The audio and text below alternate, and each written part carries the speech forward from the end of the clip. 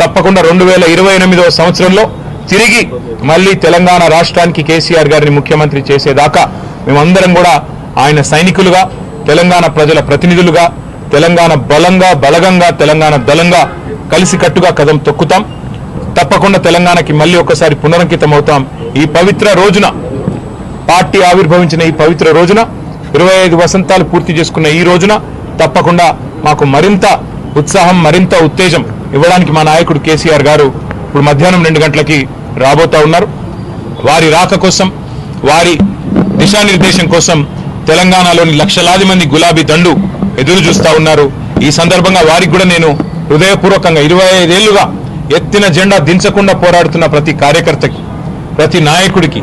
ప్రతి అభిమానికి, ప్రతి కేసీఆర్ సోదరుడికి, సోదరికి, సోషల్ మీడియాలో కూడా మా తరపున ఉధృతంగా పనిచేస్తున్న సోషల్ మీడియా వారియర్లకు, మాకు అండగా నిలబడ్డ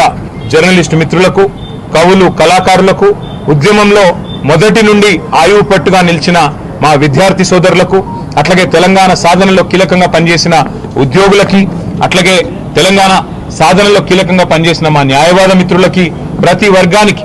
సబ్బండ వర్గాలకు, సకల జనులకు శిరస్సు వంచి ఇవాళ తెలంగాణ సాధనకు తోడ్పడ్డ ప్రతి ఒక్కరికి, కేసీఆర్ గారితో నడిచిన ప్రతి ఒక్కరికి హృదయపూర్వక వినమ్ర ధన్యవాదాలు తెలియజేసుకుంటూ